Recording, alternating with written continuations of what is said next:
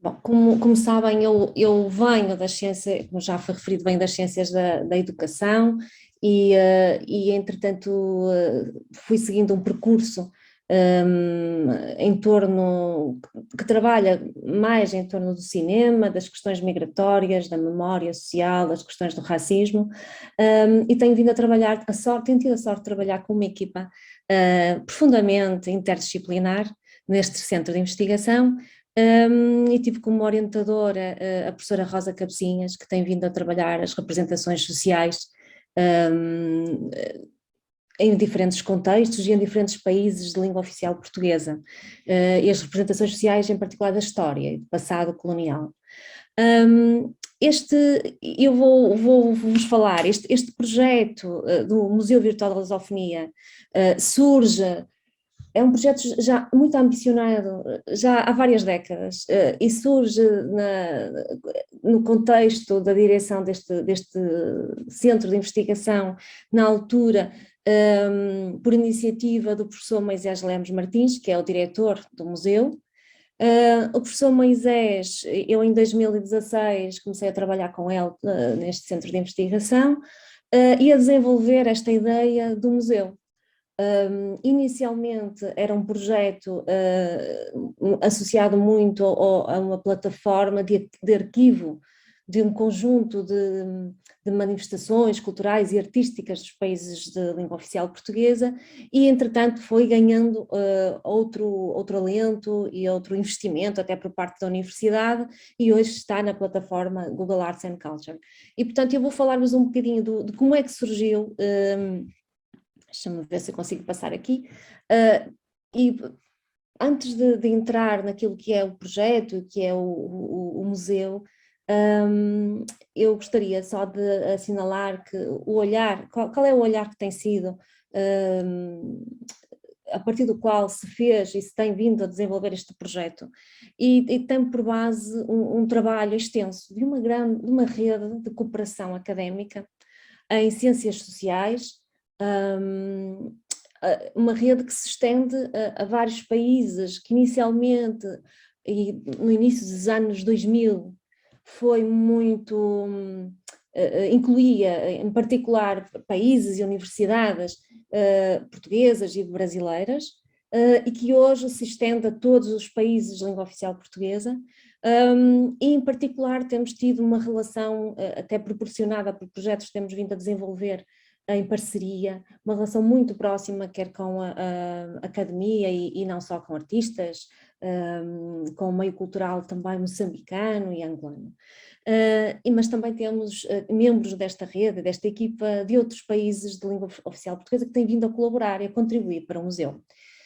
E, portanto, o olhar, e que é visível também naquilo que tem sido publicado pelo professor Moisés Lemos Martins, a sua equipa e esta rede, portanto, nestas obras que eu aqui apresento, que são alguns dos livros por ele editados, num deles eu pude também colaborar, mas este trabalho tem sido muito dinamizado pelo professor Moisés, que é o diretor do museu atualmente, e que tem vindo a incluir e a criar esta rede a partir da academia. Como vão ver, entretanto, nós pedimos a colaboração, o envolvimento de outros setores que interessavam-nos muito, que não fossem os académicos a produzir os conteúdos, mas que fossem as populações dos diferentes países de língua oficial portuguesa a colaborar, os artistas, criamos parcerias com outros museus, no sentido de fornecerem coleções, materiais, que fossem divulgados e transformados em exposições no museu. E, portanto, este olhar já do professor Moisés no início deste projeto tinha também como objetivo a promoção da língua portuguesa, enquanto língua de cultura, de pensamento e de conhecimento, num mundo académico também em que a língua que prevalece, não é, de conhecimento é a língua inglesa, e, portanto, há aqui, este é um projeto que também surge com esta intenção de criar uma força em termos académicos e um repositório científico forte em língua portuguesa. E também esta foi, de facto, uma componente inicial que aspirava, o Museu Virtual da Lusofonia, continua a aspirar, e o nosso site inicial tem mesmo esta componente de arquivo científico, cultural, artístico, de várias coleções, exposições. Eu vou mostrar daqui a pouco um pouco mais sobre esse site e esse trabalho desenvolvido inicialmente. Então o professor Moisés também e a equipa também olhava a língua e as políticas da língua e da comunicação, portanto estamos a falar de um centro de estudos de comunicação também, em que há um grande trabalho em torno dos média, mas também um grande enfoque nos estudos culturais. E a equipa que tem trabalhado até mais com o professor Moisés é uma equipa muito de estudos culturais e eu aí estou aí incluída, e ele olha as políticas da língua e da comunicação como um combate simbólico pela afirmação de uma comunidade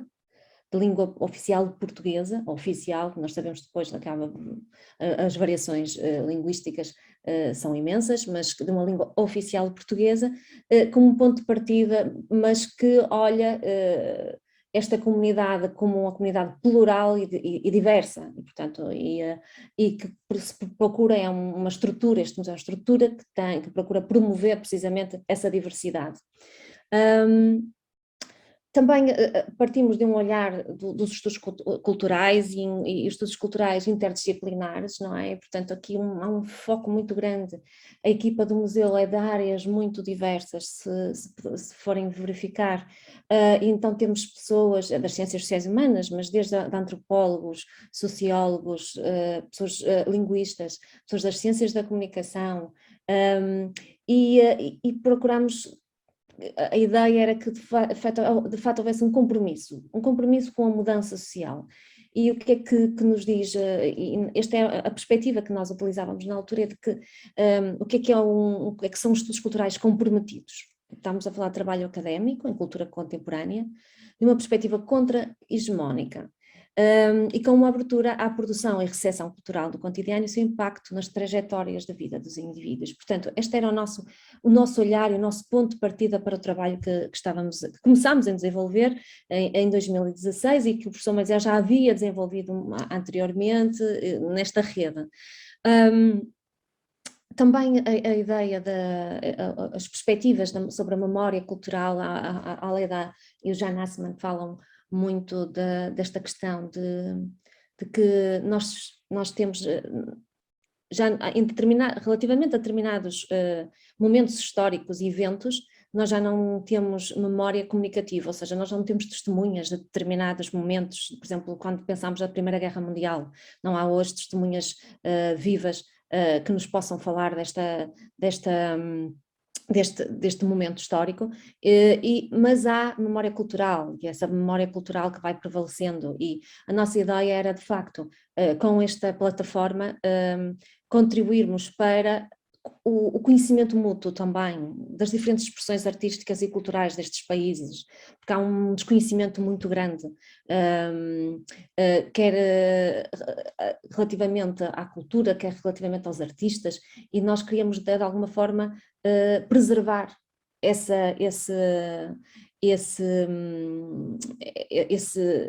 património, de alguma forma, preservá-lo, digitalizando e integrando numa estrutura que pudesse divulgar e dar a conhecer esse património. Para além portanto, este projeto, desde o início, que está sediado no Centro de Estudos de Comunicação e Sociedade da Universidade do Minho, que tem apoiado desde o início esta iniciativa, e há um outro projeto que de alguma forma foi contribuindo também para a consolidação desta rede que já vem sendo promovida há 2 décadas, mas que um projeto muito recente coordenado pelo professor Moisés e pela professora Rosa Cabecinhas, que é o projeto Cultures Past and Present, e é um projeto que procura analisar as memórias, as narrativas identitárias e as representações sociais de forma comparativa entre Moçambique e Portugal, e que analisa em particular e recolheu dados e com uma equipa multidisciplinar em Portugal e uma equipa moçambicana também a trabalhar neste projeto, E então recolhemos dados sobre museus em Portugal e Moçambique, exposições museológicas, recolhemos dados sobre manuais escolares de história e as narrativas veiculadas pelos manuais nos dois países, e sobre os filmes produzidos nos dois países e as narrativas veiculadas por esses filmes, e o nosso objetivo era perceber como é que nesses produtos culturais e artísticos eram representados quer portugueses, quer moçambicanos, e as populações e as suas relações ao longo do tempo e na atualidade.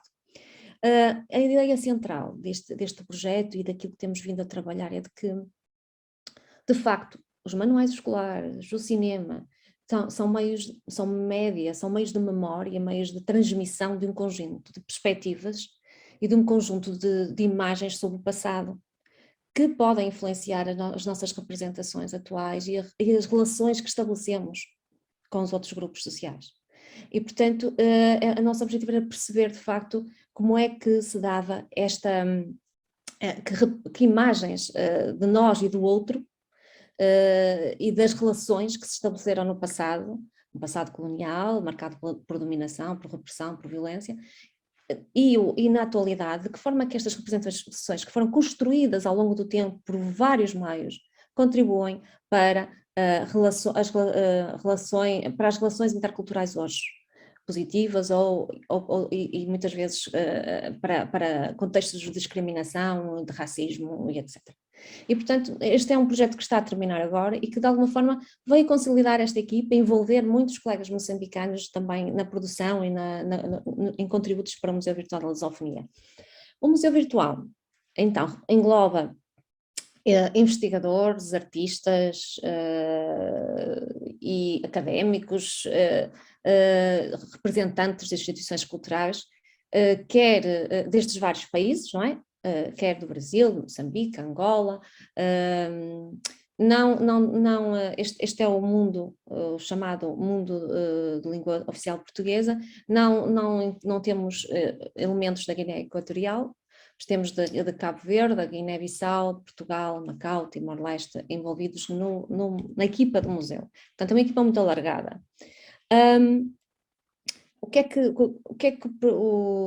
Há muitas críticas ao conceito de lusofonia em diferentes contextos, e o museu desde o início definiu que tinha como objetivo olhar este conceito como uma figura de facto muito complexa, com uma diversidade de olhares, um conceito sem centro e com sentidos múltiplos, que se interpelam na construção e desconstrução de uma comunidade que é multi, inter e transcultural. Então procura interrogar este conceito ao longo do seu trabalho, ao longo da sua implementação, ao longo de todo o processo. Portanto, tem os investigadores e os artistas que têm vindo a estar envolvidos, os jovens, que depois vou falar um pouco sobre os jovens que têm estado envolvidos nas atividades do museu, têm vindo a interrogar este conceito numa interseção de olhares que são diversos. E nós não reunimos só esta equipa multidisciplinar, mas envolvemos setores, como já disse, com o setor cultural e artístico e mesmo a sociedade civil, na reflexão, na discussão crítica das exposições e das narrativas que estão no próprio museu, no sentido de promoção de conhecimento mútuo e das relações interculturais. Então, em relação aos objetivos do museu, importa dizer que tínhamos e temos como objetivo a preservação, a pesquisa, a divulgação do património histórico-cultural dos países de língua oficial portuguesa, a ampliação do conhecimento entre estes países, o estabelecimento de parcerias, a articulação em rede envolvendo todos os países na disseminação também do conhecimento produzido no seio destes países. Quando nós vamos, por exemplo, quando fazemos trabalhos de investigação, muitas vezes, em particular quando estamos a referir-nos aos países africanos de língua portuguesa, oficial portuguesa, muitas vezes não conhecemos os trabalhos desenvolvidos pelos nossos pares nos diferentes países, e é um dos grandes objetivos, de facto, do museu, é trazer esses trabalhos também, e criar um arquivo, um repositório de trabalho académico, científico em língua portuguesa, e com os contributos dos nossos parceiros nos diversos países. Então, do ponto de vista do desenvolvimento, estejam à vontade para me interromper se eu já estiver a ultrapassar o prazo, o tempo, estejam à vontade, está bem? Em termos de cronologia, o museu foi de facto lançado e o site, a estrutura inicial do museu em 2017, no contexto do congresso, eu acho que era o terceiro congresso internacional sobre culturas, na Universidade de Minho, em Braga, e em que tivemos realmente o prazer de receber um conjunto de colegas de diversos países, já de diversos países de língua oficial portuguesa, e em particular tivemos pessoas de Angola, de Moçambique, de muitos colegas do Brasil, Portugal, e portanto foi um momento interessante de debate sobre esta estrutura. Mas em 2020 nós tivemos a oportunidade de criar uma equipa para promover o lançamento desta plataforma no Google Arts and Culture, e houve um interesse muito grande por parte da Google nesta parceria, e portanto nós fizemos um contrato com a Google e começamos a lançar um conjunto de exposições na plataforma da Google Arts and Culture, que tem, como sabem, que chega de alguma forma a vários países, porque tem todos os sistemas, não só aos países de língua oficial portuguesa, não é? Mas como tem todos aqueles sistemas de tradução automática em várias línguas, todo o conteúdo chega também a outros países que não de língua oficial portuguesa. E em 2021, a Universidade do Minho, reconhecendo o trabalho que havia sendo desenvolvido pelo Museu Virtual da Lusofonia, instituiu o Museu Virtual como unidade cultural da Universidade do Minho. E, portanto,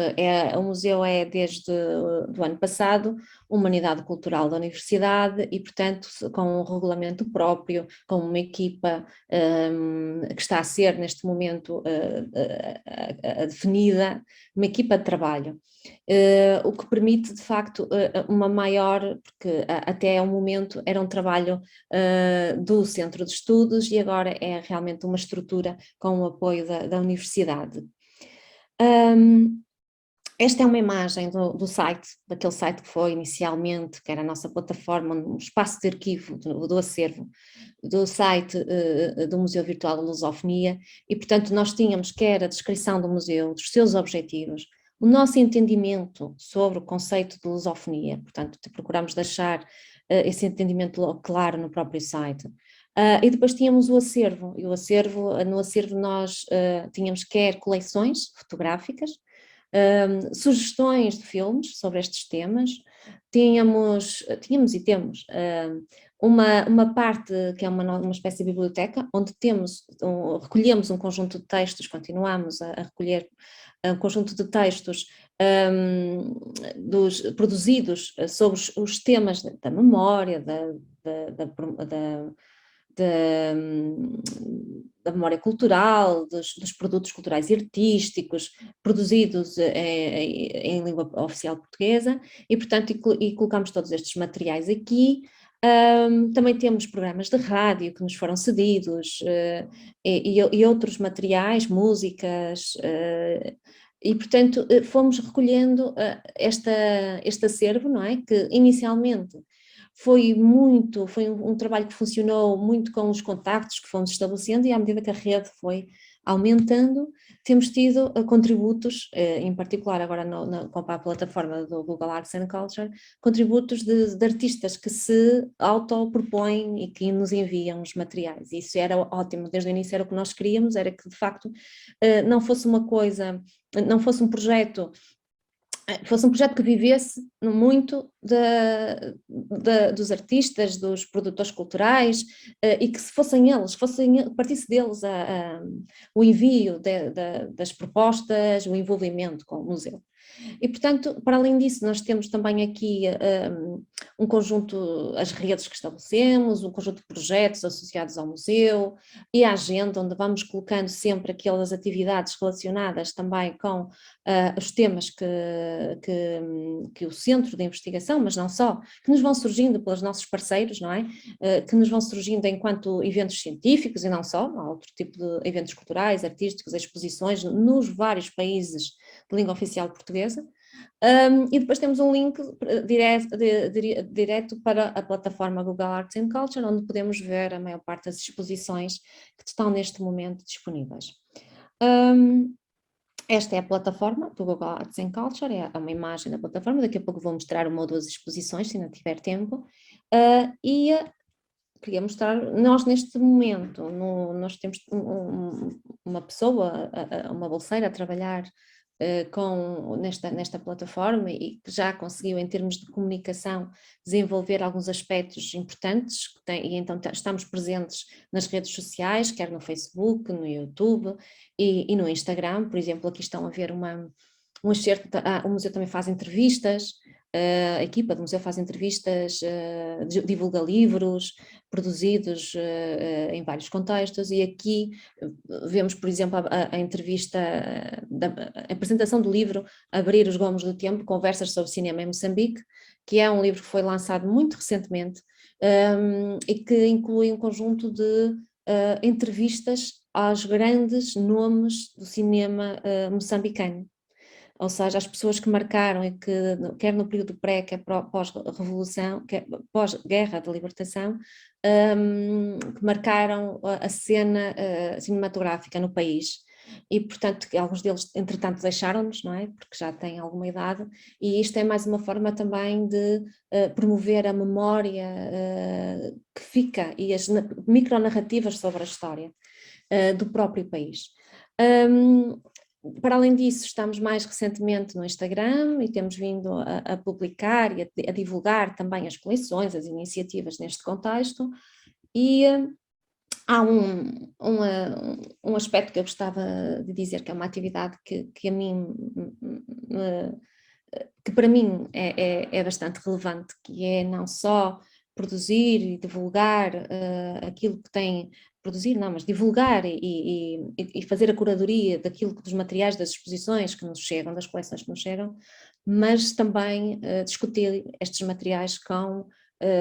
jovens e não só. E nós temos uma das iniciativas do museu, é o Museu na Escola, e tem sido muito interessante as atividades desenvolvidas neste contexto, porque o objetivo é discutir estes materiais de forma crítica e levar o museu até as pessoas, levar o museu até às escolas, levar o museu, e portanto nós já fizemos várias atividades nas escolas, e em momentos em que vêm os jovens à universidade também, e mas preferimos até fazê-las nas escolas, irmos nós lá, e fizemos, posso dar-vos um exemplo, nós já falámos de vários filmes, por exemplo, que também sugerimos no museu, por exemplo, 48 assassinatos a dias, sobre a ditadura e sobre a tortura de ex-presos políticos, quer em Portugal, quer nos países de língua oficial africanos, neste caso, de língua oficial portuguesa, e discutimos com os jovens este filme, e eles acharam muito interessante, porque muitas vezes as narrativas da história, aquilo que lhes é contado, e aquilo que consta dos manuais escolares de história aos quais eles têm acesso, não é? As narrativas contadas ao longo do seu percurso escolar, não incluem, são narrativas eurocêntricas e hegemónicas, e que não incluem as visões de quem foi reprimido, de quem sofreu também processos de violência, como é o caso deste filme. Também tivemos atividades em que eles vieram à universidade, viram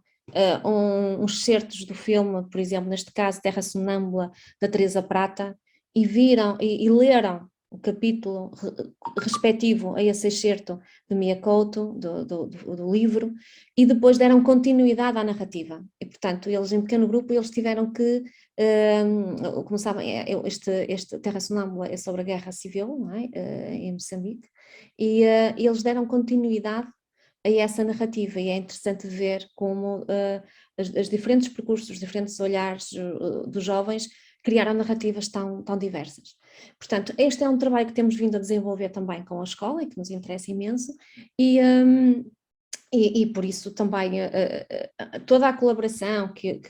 possa haver neste sentido é muito bem-vinda, portanto, de investigadores, de sugestões de filmes importantes, moçambicanos, angolanos, brasileiros, que achem que é importante discutir neste contexto, são muito bem-vindas.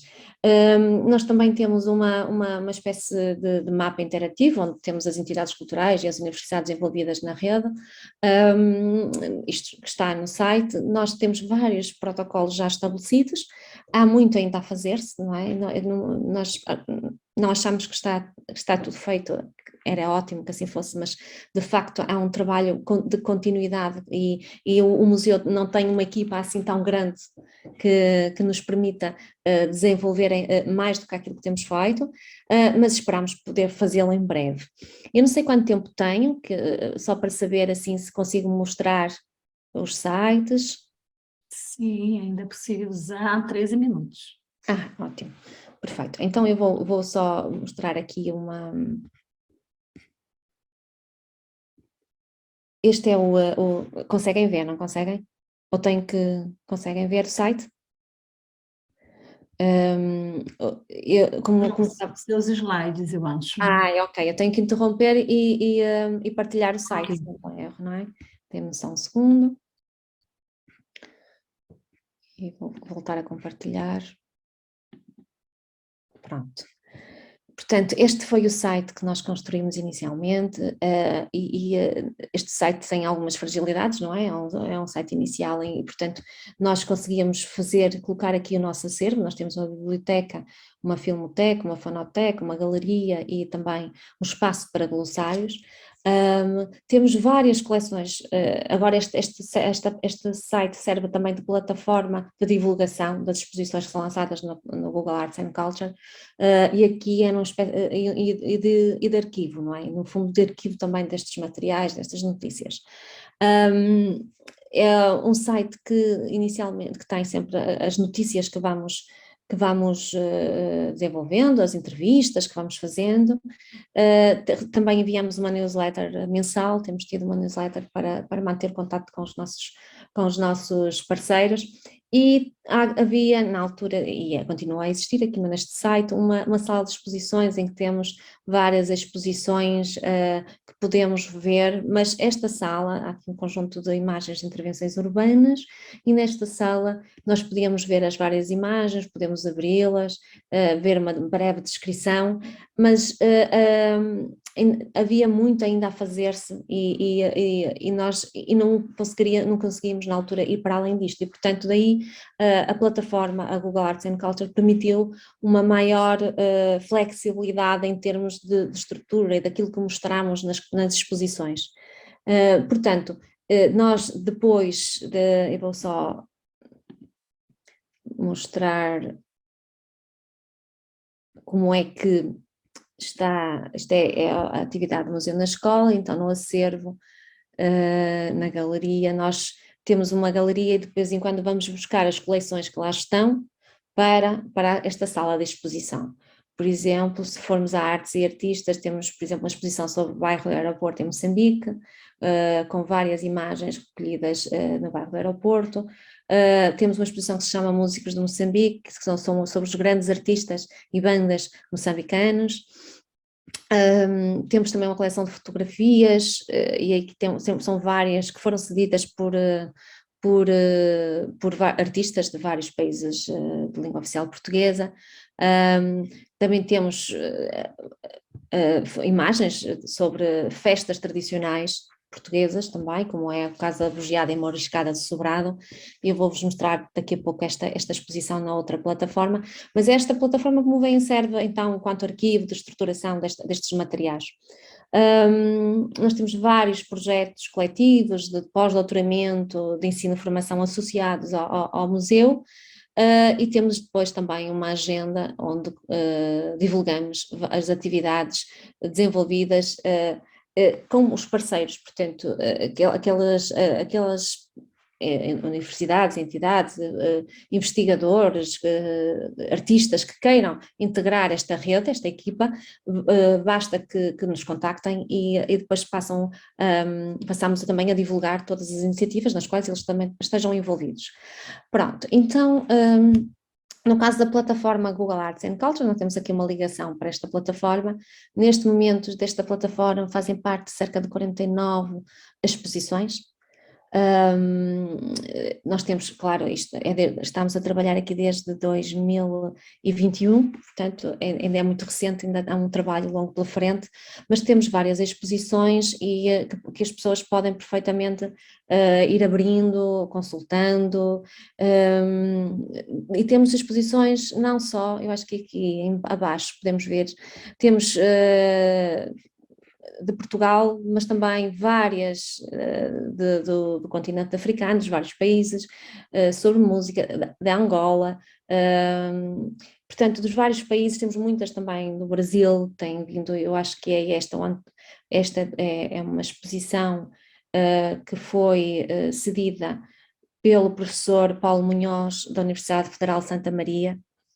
é pesquisador do grupo de pesquisa em jornalismo online da Universidade Federal da Bahia e, portanto, é uma exposição que se chama António Santo do Alencarmo e tem 3 partes, é uma parte sobre memória, vou só passar para ir vendo, portanto, no Google Arts and Culture a parte interessante é que nós podemos associar a narrativa à imagem, ao vídeo, ao mapa e, portanto, situar e tornar mais dinâmica a exposição. E nós temos vindo a fazer este trabalho, esta é a exposição que foi, neste caso o professor Paulo enviou-nos, nós temos uma estrutura para a promoção destas exposições, o professor Paulo enviou-nos as imagens, a narrativa, a legenda das várias imagens, e a narrativa, a história, e nós a partir daí fomos também construindo a exposição. E, portanto, estas imagens estão disponíveis para visualização, para quem quiser, estiver interessado para visualização e para leitura, não é? Para conhecermos mais sobre os espaços, o património cultural, artístico dos vários países. Eu vou passar, se calhar vou mostrar uma exposição que é um pouco diferente, que é uma exposição. Deixa-me ver se eu... Vamos obrigar a ir até o fim. E, portanto, temos exposições...